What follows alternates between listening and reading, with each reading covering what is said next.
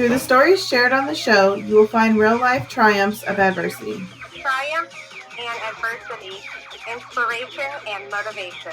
Grab a hold of your life. Grab a hold.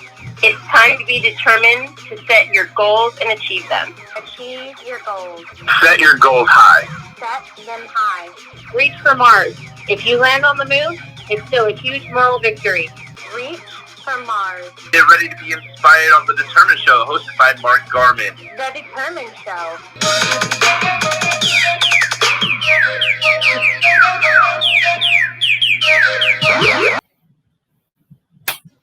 What's up, everyone? Mark Garman here with The Determined Show. As you know, each and every week, try to bring on a special guest so that you can grab a little bit of their story and carry it on with you, hoping that, you know, as the journey goes along, as you come along with me on our journey, you know, becomes something beautiful.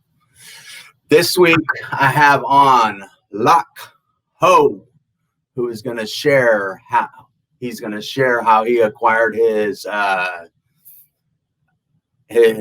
acquired brain injury and how he overcame and persevered all the obstacles that was in his way. It is an awesome story and one that many people should be able to relate to. And without further ado, drum roll, please. Loc Ho. What's up, Loc? What's up, mate? How's it going? Good, brother. How you doing, man?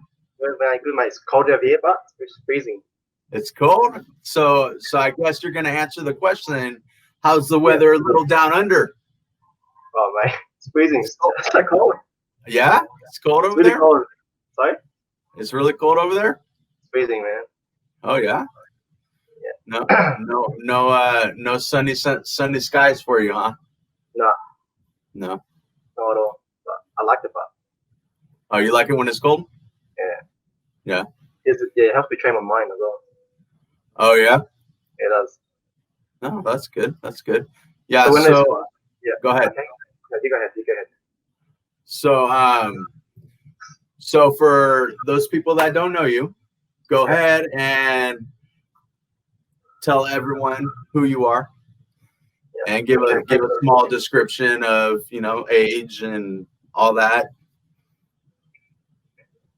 Hello, guys. My name is Loc Ho. I am 27 years old, but I had my API when I was 25. So it's been 2 years now.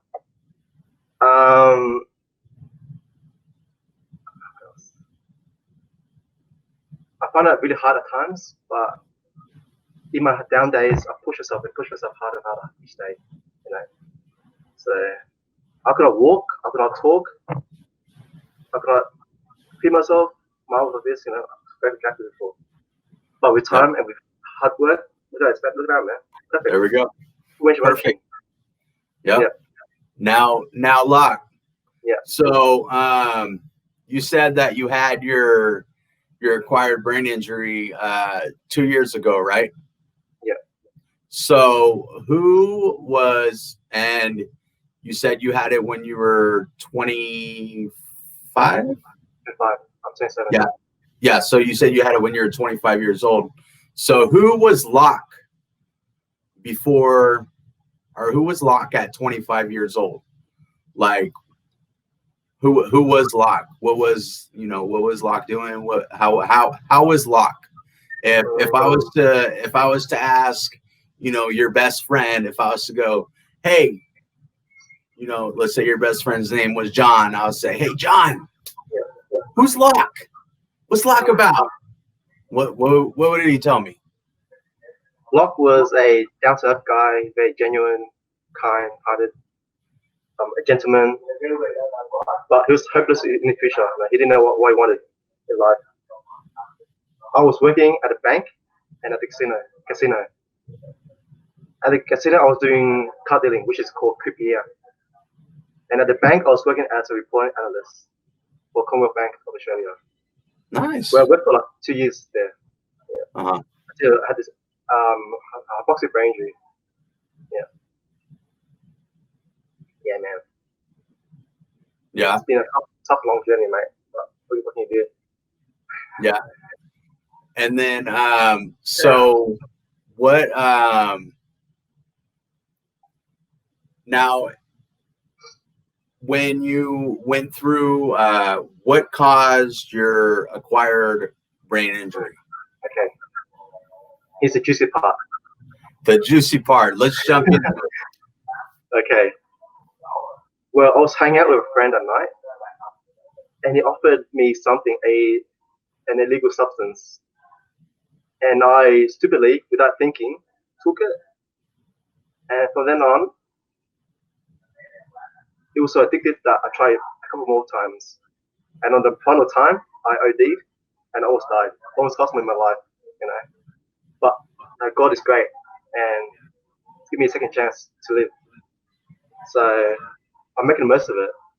There you go. Now, so pretty much is what happened is you took the illegal substance, right? And you OD'd on it. So were you by yourself when this happened, or were you with someone when this happened? From memory, I think I was with a guy, but then my brother found me the next day, and my medical report said there were 13 hours unaccounted for. So I could be out for like 12 hours, 11 hours, 10 hours. Who knows? No one knows. But according to my MRI scan, the doctor said around 85% of my brain was damaged. It's all wiped out. The frontal lobe, occipital lobe, parietal lobe, everything was just effed up, mate. You know. Wow. So it's all gone, mate. So it's all destroyed. So yeah. But the thing is, I'm still alive, man. So when you're alive, there's hope. There's hope. Boom. Totally 100%. You know, I had on Dr. Olivo, who is my neurologist, on my show. And, you know, he said that he's seen some of his patients with just a sliver of their brain, you know, that is, you know, not affected from, you know, their stroke, meaning like 10% of their brain. And the brain is an amazing organ. You know, it has neurological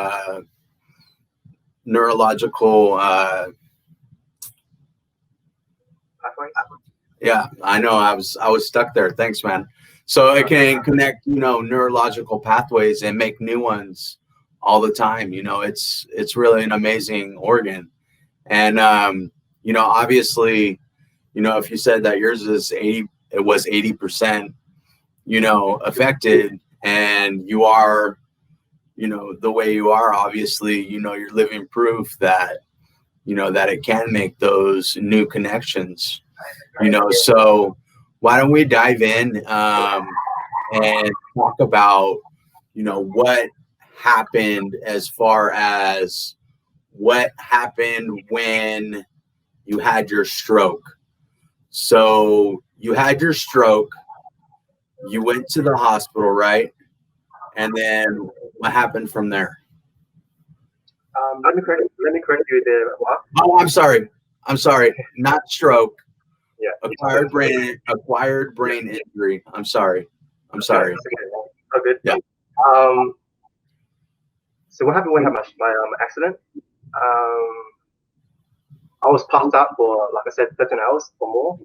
Yeah. And my brother found me at home, and he called the ambulance, and they were trying to resuscitate me. I was passed out, mate. I was gone. You know, I was in like La La Land. Mm-hmm. And then from then on, I don't know what happened. So I blacked out. You know? I think I was very close to death. Yeah. Very close to death. So did they put you in like a barbiturate coma? They brought me to the ICU intensive care unit where I was for 14 days. 14 days. Yeah. Okay, and they gave you a tracheotomy. As you can see. Yeah. So they gave you a tracheotomy, so you had a collapsed lung. I think so. Yeah, I can't breathe. Yeah. And did they put you in induced a coma for a little bit, or? I think so, but I'm not sure. Yeah, yeah. And so when you were able to remember, were you able to like move or anything like that? Nah, mate. No. My whole body was very contracted. My arms like this the whole time, and my legs was, my legs like that. I couldn't walk at all, never. Yeah, I think most, probably like 95% of us, that suffer stroke or TBI or an ABI. That's how we are once we come to from whatever is we have the neuroplasticity that kicks in, and that's just the outcome of it. And so you woke up, or when you came to, and from what you remember, were you able to talk also, or no? No. So you weren't able to talk, and you weren't able to move, or you were able to move? I think from memory, I moved a bit, but just side. Like your non-affected side, you were probably able to move, right? But the thing is, my whole brain was affected. Everything, everything. I got you. That's why it's a severe API. I got you. I got you. Okay. So the whole body was affected. Yes. Because it wasn't just one side. Correct. So it was the whole body. Correct. So when you came to, so like say for instance, right, I had my stroke, and my stroke affected my left side of my body, right? Yeah. So, my left arm, was like this, right? Yeah. So were both of your arms? It's mainly my right arm and left leg. Okay. Right arm, left leg, yeah. Oh, wow. Right arm and left leg. Oh, that's next. Yeah. Yeah. Yeah, that's trip. So, so how long after you had your acquired brain injury did you start your rehab? Well, I was in the neurology ward for a year and a bit. A year? Wow. A year and a bit, more than a year. Yeah. And then they transferred me to the brain injury unit where I started my rehab. Okay. It's where I started doing my speech program, my arms program, my walking program, etc. Yeah, I was finding out from, because I have quite a few friends that are, including yourself, that are from Australia, and it seems that their healthcare is a lot better than ours. That they actually, take care of you guys over there, because once you stop showing progress over here, that's kind of like, even if you like, once you stop showing progress, is when the therapy or when the insurance is like, all right, we're not paying for it anymore. Yeah. To whereas over there, it's like, we're gonna, keep you in here, for as long as you need.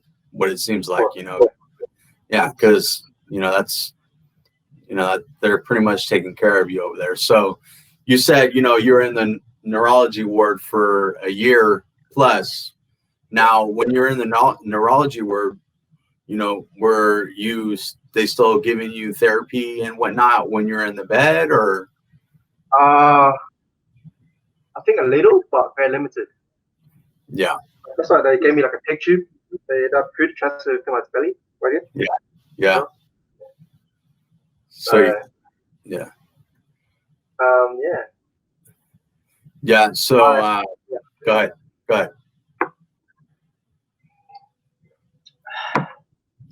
I was pretty much bed bound when I was on the neurology ward. Mm-hmm. I didn't start making quick recovery until I went to the brain injury unit. That's where I did rehab. So, yeah.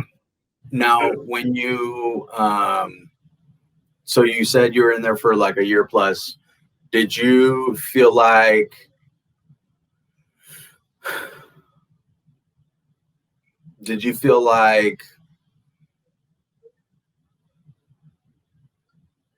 how did you feel when you were in there? When you're in the, in the ward and whatnot? What were your like emotions when you're in there? Oh man, my thought was always, this not me. This can't be me. Mm-hmm. There should be more to me than this. I cannot bear to see myself in a wheelchair for the rest of my life. That's why I'm very determined to get out of my wheelchair. Screw this, man. Screw this.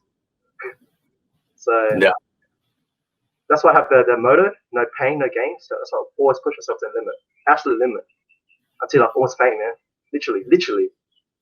You know. Mm-hmm. Yeah. Go hard, go home. Go hard, go home, man. There you go, man. There you go.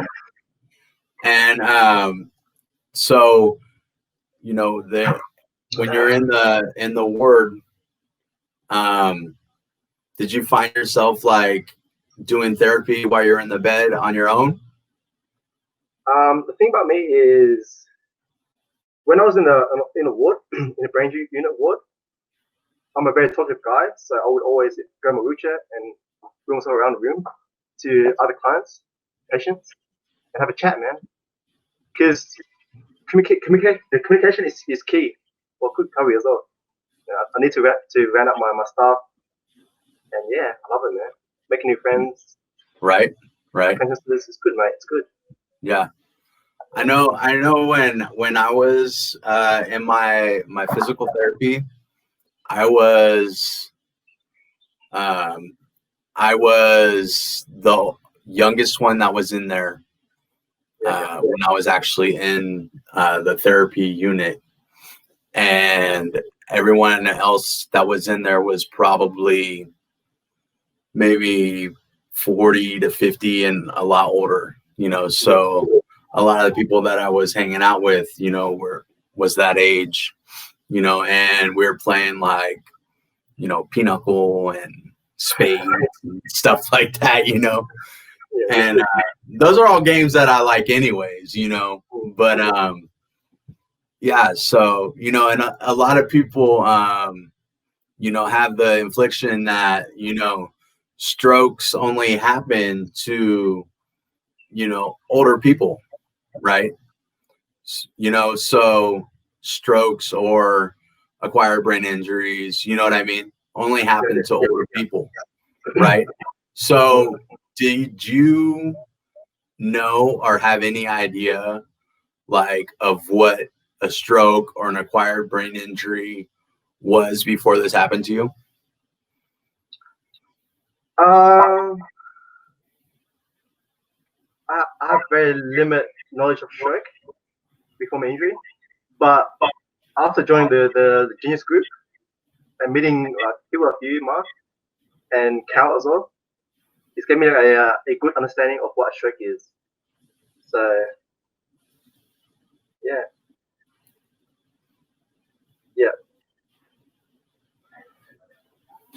you can see it. Yeah. So we're going to be diving into this question in a little bit, because we're gonna be working that out here in a second. But you can see the chat over here, correct? Okay. All right. So now I lost my train of thought. Where was I going, Loc? Oh, shit, I need to also too. You're not a mind reader? No, I wish I couldn't. Damn. Come on, man. I thought when we had these injuries that we like became psychics or something. You know what I mean? Yeah, dude, you thought wrong, man. You thought wrong.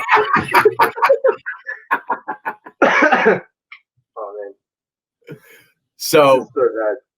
Yeah, right. So now your parents how did they take, how did they take this? Oh man. At first, my mom was like, she couldn't accept it, man. She's like, my boy takes drugs? No way. No effing way, man. Because the thing is, my mom is super overprotective. And I think that's the reason why I went on the path.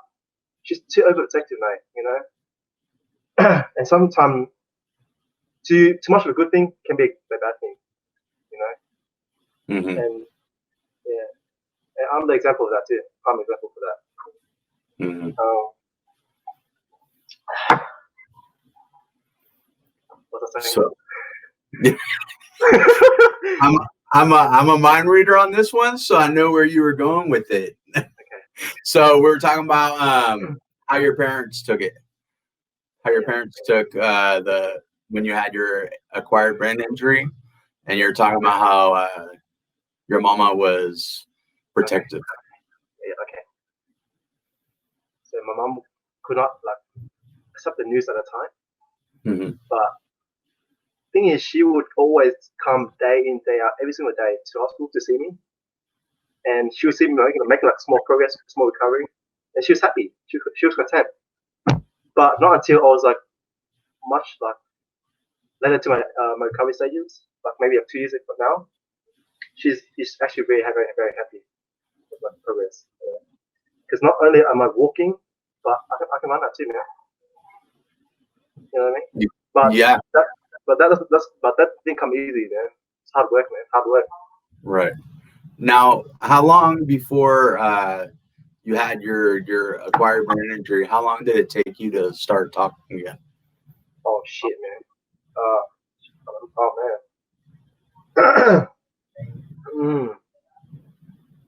I think. Wow. I think maybe 6 months after I took my trachea. 6 months. And my first words was my first words were like, "Oh no, man." Because asked for my mom, where mom was. Mom, where are you? Mom, where are you? I need you. Yeah. I was like a baby again, man. Like a baby. Yeah, of course. I mean, yo, that's what you do, man. You always cry for your mama. You know? Man. Yeah. Always. That's the first thing. That's the first thing you do. It's almost like it's a natural instinct, that we have. Yeah. Mom, I'm hurt. Mom, I'm hurt. Sure, man. At least I know that's what my kids do.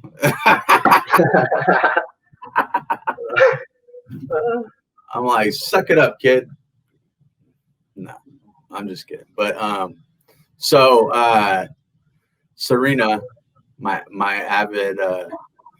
avid show watcher here, she said you must have been the youngest on the ward.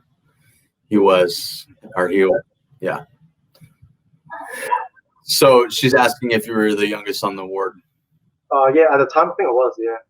Yeah. 5 years old, yeah, I was. Yeah. So were you playing pinochle with the elders or what? Excuse me. Oh man, but I enjoy my hospital days, man. I like that. Yeah. You make a lot of good friends. You know what I mean?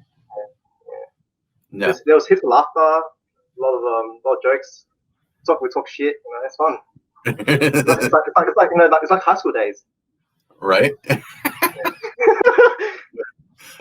It's cool because it's like high school days, but with a twist. But where everyone's equal, everyone's the same. You know what I mean? Exactly. Yes. Everyone has some form of recovery that they're going through. Mm-hmm. To whereas in high school, you have like your different crowds, like the jocks, the cheerleaders, different cliques, but in the therapy, ward or whatever you guys call it there, everyone's the same, everyone's equal, everyone's trying to get better, so essentially everyone clicks. I had a really good friend, his name was Tom, and we used to play. I forget what the game is called, but it's the one that's like dominoes, and it has like the Asian writing on it. I forget what it's called. Anyways, but we used to play that a lot, and maybe a year after I got out of therapy, he passed away, and you make these friends in there, and you get close to them, and those things are kind of hard, kind of hard to deal with, but that's kind of how life goes. And so Serena wants to know if you're living on your own now. Like my house. Yeah, like where are you staying? Staying at my mum's house. You're staying at your mama's? Yeah, mama's. Yeah. I'm a mama's boy. Mama's boy. Yeah. Now,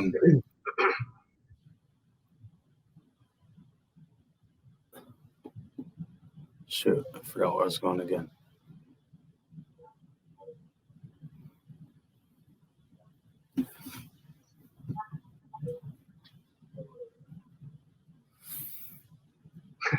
Backed out?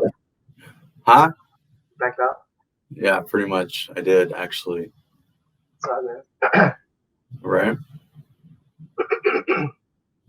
So, after, oh yeah, I remember where we're going now. Yeah. So now from you went on and we were talking about how, the therapy and whatnot.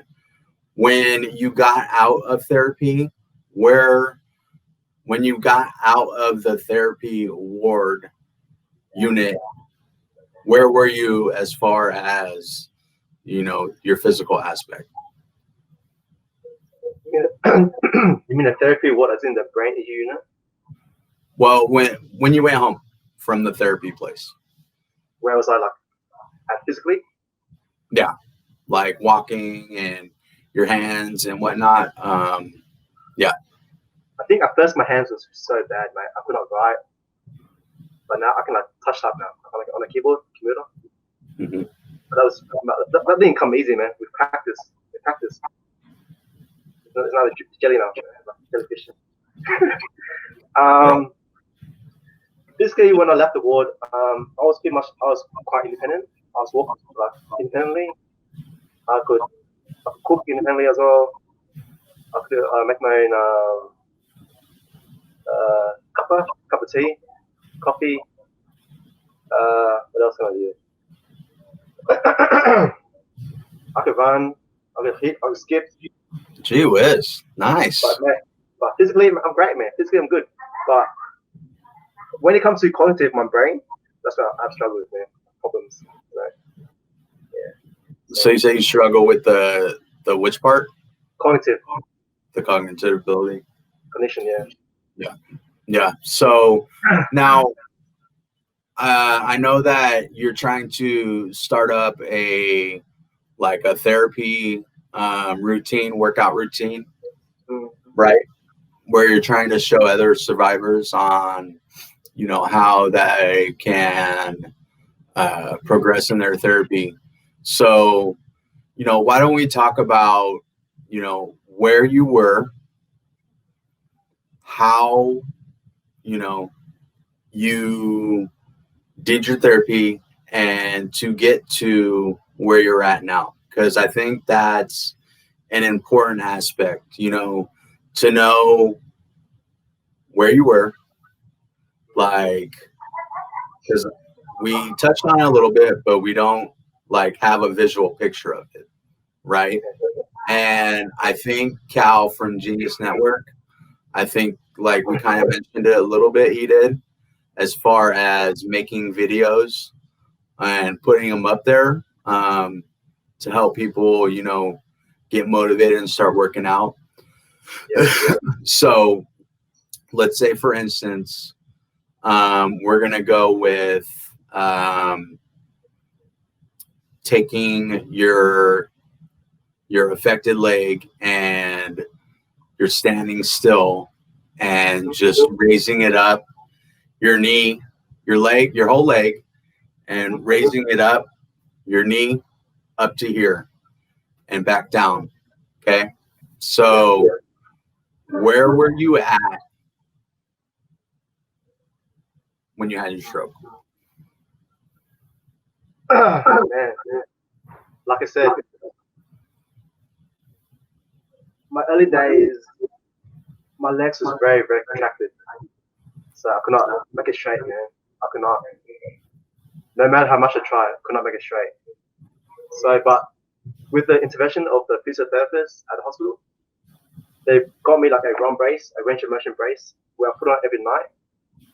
Oh, you guys cannot imagine the amount of pain I go through every night to make it straight. And the things you take for granted, man. Simple things like that. Man, it's crazy. Yeah, after making it straight, which happened with months and months and months, every night. So my brother would always come into the hospital to visit me, and he could not bear to see my pain and suffering. So what he did was he would always turn on meditation music to help me rest my mind, put my mind at ease. So I thank my brother for that. Without that, my leg would not be straight. Yeah, that's how it is today. So yeah. And also my arm was also contracted as well, like I said before. I also have to do the therapy program as well, like the putty. Mm-hmm. Where you have to cut it as well, cut it. Yeah. But that happens with many repetitions, day in, day out. You have to be relentless at it too, and just don't give up, man. That's all I can say. Yeah. Now, so let's go back to the legs real quick. So when you said that you were putting your legs in some sort of brace thing to get them to go straight, right? And once you're able to stand on your legs, did you start with like the parallel bars? No, because my leg was so weak, I could not stand up for long. So what the physiotherapist got me to do was, he got me to do sit and stands. So sit up on the chair and stand up many times, over and over again, to get the strength back on my legs. Yeah. As you guys can see, the photo I posted on Genyus group, my legs, this is my legs, chicken legs, man, it's all bones. Yeah. All bones, man. Yeah. So it's not easy, man, but yeah, for sure. So you started out with the sitting up, standing down, sitting up, standing down, right? And then from there you went to from there, once I got my balance better, I thought my physiotherapist got me on a walking frame. the walker frame. Walker. Yeah. And then from the walker frame you went to walking independently with assistance from another person. Oh, dang, you went straight. So what with assistance is, you mean like a cane, right? Yeah, hand and belt around me. Huh? Hand with a belt around me, and okay. Yeah. Okay. And then from there you went to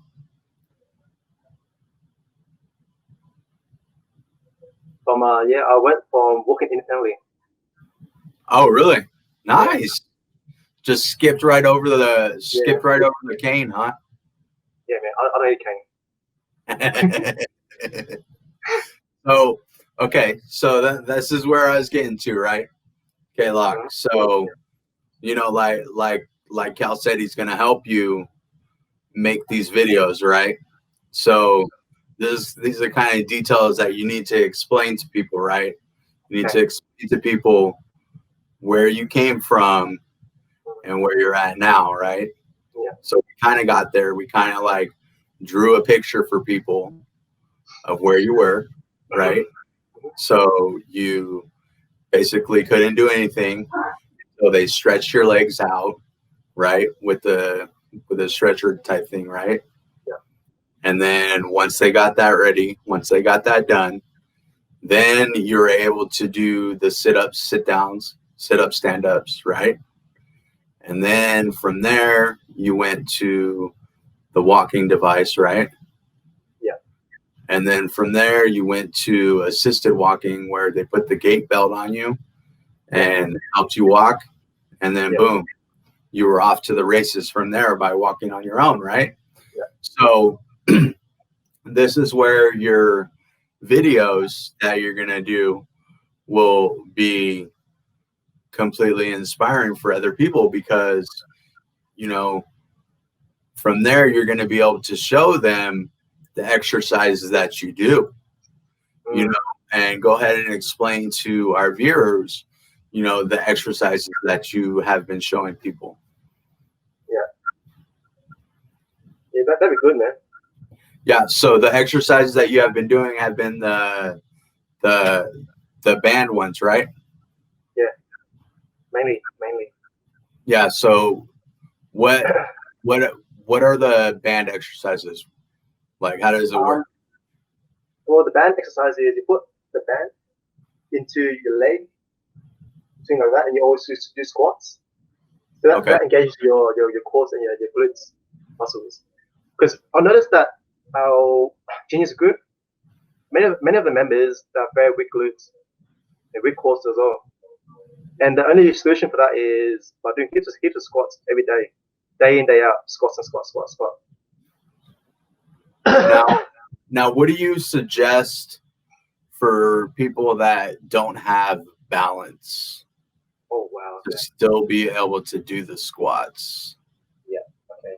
So to be safe, maybe get a table next to you, or around next to you, or a bed, for example. Safety. I have idea. So just try to do a squat, but go down slowly, up again, slowly up and down, and slowly but surely. Yeah. So each colored band has its like own resistance, right? Right. Yeah. And so you went on to these bands and you were showing these bands on the videos on Genyus Network, which was truly inspirational. I saw it. I was envious. I was jealous. I was like, man, you know what? I wish I could do that. It was freaking awesome. Not going to lie. And then the last video that I saw that you posted last night, I was like, dang it, man, I would be able to freaking run. Yeah. That's cool, man. That's cool. Keep on doing it. Keep on doing it. Keep on posting them. Yeah. And so for those that don't know what I'm talking about, last night, Loc jumped on a treadmill and started out walking on it. And then it got a little bit faster. And then he started doing a slow jog on it. Pretty cool. Now, how long, Loc, can you jog for? I haven't timed my jogging time, but I go for a while, man. A long time. I go for a while, man. Yeah. Nice. That's super cool. How long did it take you? I'm gonna be honest with you. I don't know if I can anymore because I'm freaking old. Yeah. And I'll probably freaking throw my hip out. But I used to be able to run and run, but it was only like maybe like 30 feet or whatever. And I would just do it more for, the humor aspect of, my friends and whatnot. And I'm sure if I, as I tell everyone, that I talk to, the most important thing about working out is form. Yes. And when I would run, my form was absolutely ridiculous. And that's why I did it, for the humor aspect of my friends, because I looked absolutely ridiculous when I would run. So, let's talk about form, Loc. Mm. You know, since you're the one that is the workout expert over there. You know, I did work out was it 3 or 4 years post stroke, and I was able to get my left side pretty much the same size as my right side working out. And so I know that, you know, form is important, you know, for the success of, you know, rehabilitation for your affected side. So let's go ahead and get your take on it. Like you said, Mark, form is definitely so important. And without form, there's no point. And and like all injuries, we all have a affected side. And my one is my left leg, the right arm. You know, my left leg is so small, man. It's like a chicken leg. But that does not stop me from doing squats. Does not stop me doing single leg against split squat. It does not stop me at all, man. But it does not stop me from doing deadlift as well. But the thing is, the harder the task, the more I want to do it, you know? Yeah. I hate the word. I hate the word I can't, man. I hate that word. Just please change it to yet. I can't do it yet. Right. Right. Because we all are capable of doing it, man. Just not yet. 100%. In due time, man. In due time. Just be patient with it. Yep. Never give up.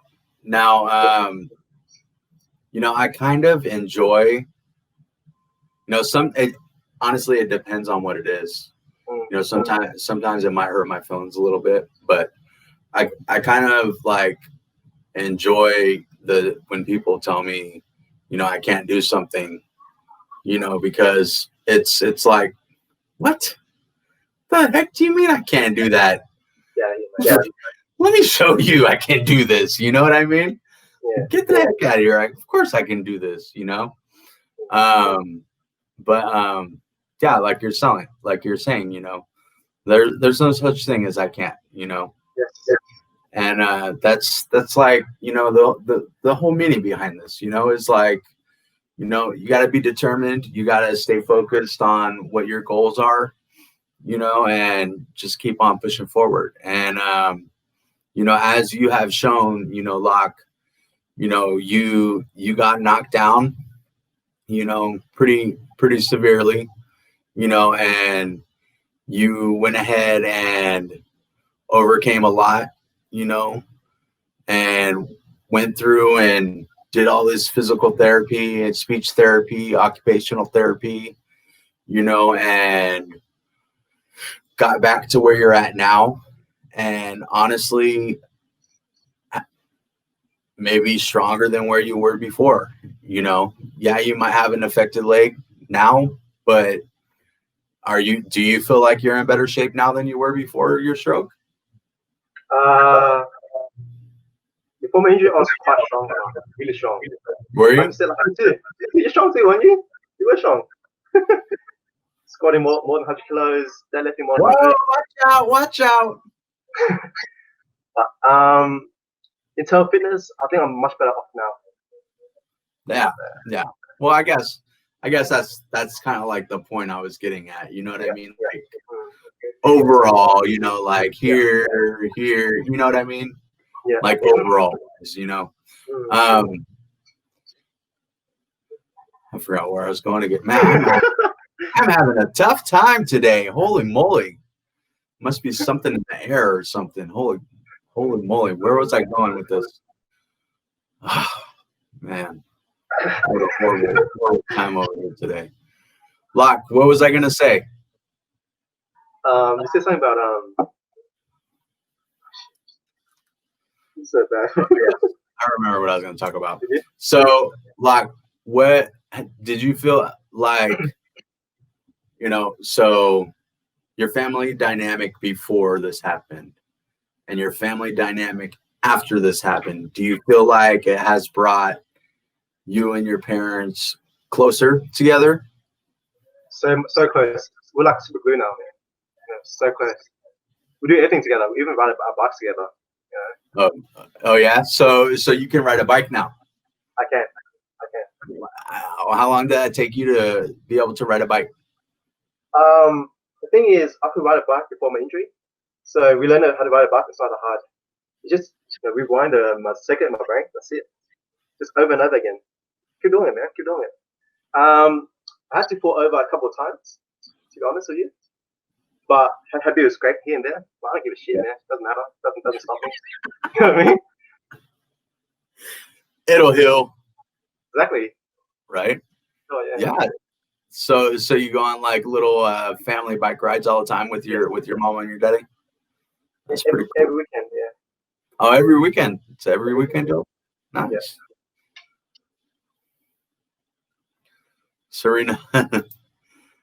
Serena said, "Hey, Serena is not 42 years old. She looks like she's 36. She's lying. She is lying." But anyways, so yeah, and you don't have any siblings? Or you said you have your well, I said one older brother. That's all I have. an older brother. Older brother, 3 years older. Yeah. 3 years older. And has it brought you and your brother closer? Or? For sure, man. Yeah. Because he pretty much saved my life. Because when he told me he found me at home unconscious, coughed out home, it was traumatized, man. Oh yeah, for sure. That's a sign of overdose. You knew straight away. Yeah. So he called the ambulance right after, man. But it's not something I'm proud of telling, man. So it's hard to say. Yeah. So I appreciate that, Loc. I appreciate you coming on here. Like you said, it's not something that's easy. It's not something that you're proud of, and I appreciate you coming on here and sharing with everyone, what happened, because, like I said in the beginning, the whole purpose of this show is to, reach other people who have, gone through something similar, and show them, hey, you're not alone in this current circumstance, like, hey, here's Loc. This is what happened. This is what he went through. This is where he's at now. If he can do it, you can do it too. So Loc, 100% appreciate you coming on, brother. I really do. And like you were saying, yeah, it's a hard thing to talk about, and kudos to you for having the courage to come on and talk about it. And I really do appreciate it, not only from a personal perspective, but I appreciate it for everyone else, because that's why I do this show. I do this show for everyone else, so I really appreciate it. It's my pleasure, man. Thanks for having me on. Yeah. And so you're gonna start. Are you thinking about doing those workout videos? For sure, man. Definitely. Yeah. So get in touch with Cal. Yeah. And he'll help you out with like how to do it and all that stuff, and how to format it and whatnot. And he'll help you out with that for sure. And then and get it all set up, get it all kind of like professional looking and whatnot, and just be, ready to inspire people, brother. And like I was saying earlier, you gotta make sure you let people know like where you were, how you got to where you're at now. And you know what I mean? You gotta give them the whole story, so that way they can connect on all levels, Yeah. All right, brother. So I end all my shows in a prayer. So let's go ahead and do a prayer. All right, bro? All right. All right. Dear Heavenly Father, thank you so much for connecting me with Loc and giving him the strength and the will to come on to the Determined Show and share his testimony with the world, hoping to reach as many people as possible that need to gain inspiration and motivation through his testimony to move forward and push through whatever paths are in their way. And I ask that you help whoever needs help right now and look over all of the people that need to be looked over through all of the terrible things that are going on in our world right now. In Jesus' name we pray. Amen. All right, Loc. Thank you so much, man. Thanks, Mark.